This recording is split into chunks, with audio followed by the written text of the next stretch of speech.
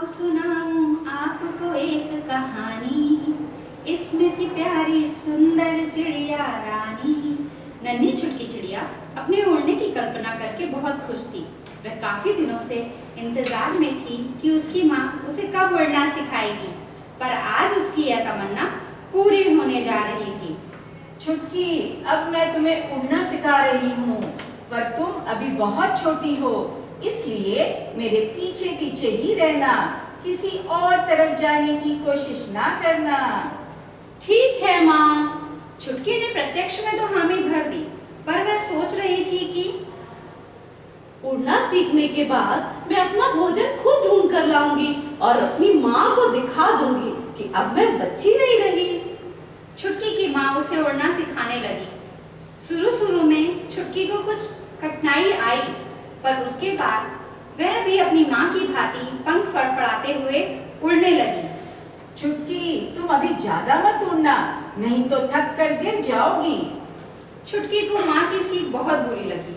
वह सोचने लगी, माँ तो उसे आज भी अंडे से निकली हुई बच्ची समझती है। मैं अभी माँ की बात मान लेती हूँ और जरा धीरे ही उड़ती हूँ। जब उसकी माँ आगे निकल गई, तब छुटकी दूसरी दिशा में उड़ने लगी। उड़ते उड़ते उसकी नजर एक बस पर पड़ी, जो स्टैंड पर खड़ी हुई यात्रियों की प्रतीक्षा कर रही थी। उसके भीतर 2-3 बच्चे एक सीट पर बैठकर खाना खा रहे थे। खाना देखकर तो भूख लग गई, चलो खाना खाते हैं। बैठकर खाना चुगने लगी। तभी कंडक्टर ने बस पर चढ़कर दरवाजा बंद किया। इसके बाद उसने सीटी बजाई और बस चल पड़ी। यह देखकर छुटकी घबराई। अब तो मुझे उड़ना पड़ेगा, नहीं तो मैं फंस जाऊंगी। वह बाहर निकलने की फिक्र करने लगी। तभी एक बच्चे की नजर छुटकी पर पड़ी।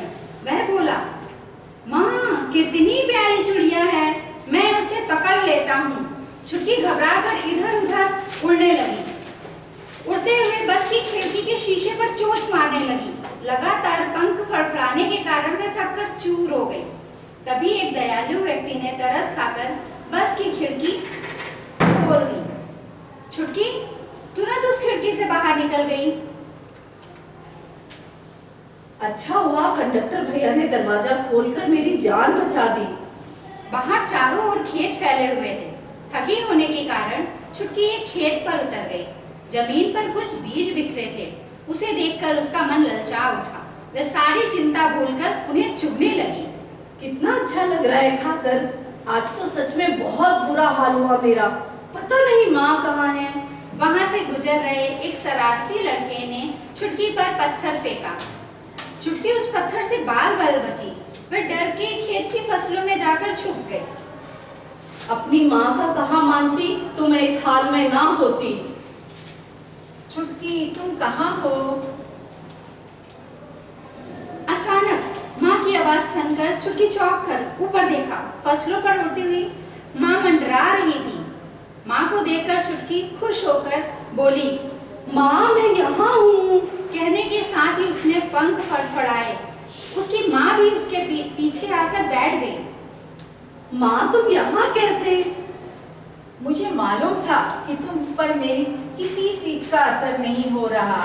मैं तभी तुम्हारे विचारों को समझ गई थी। फिर मैं भी चुपके से तुम्हारे पीछे उड़ते हुए यहाँ तक आ पहुंची। माँ, मुझे माफ कर दो। मैंने तुम्हारी कही बातों का सदा बुरा माना। अब मैं तुम्हारी हर बात पर अमल करूंगी। शाबाश, आओ अब घर चले। माँ ने उसे प्यार करते हुए कहा और उड़ते हुए ऊपर उड़ गई।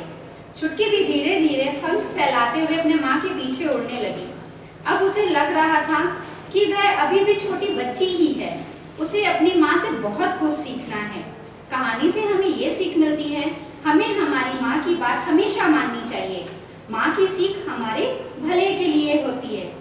प्यारी जग की न्यारी माँ, खुशियाँ देती सारी माँ, चलना हमें सिखाती माँ, मंजिल हमें दिखाती माँ, सबसे मीठा बोल है माँ, दुनिया में अनमोल है माँ, खाना हमें खिलाती माँ, लोरी गाकर सुलाती है माँ, प्यारी जग से न्यारी माँ। तो बच्चों बताओ कैसे लगी आप लोगों को ये कहानी। आशा करते हैं आपको ये कहानी बहुत अच्छी लगी होगी। धन्यवाद।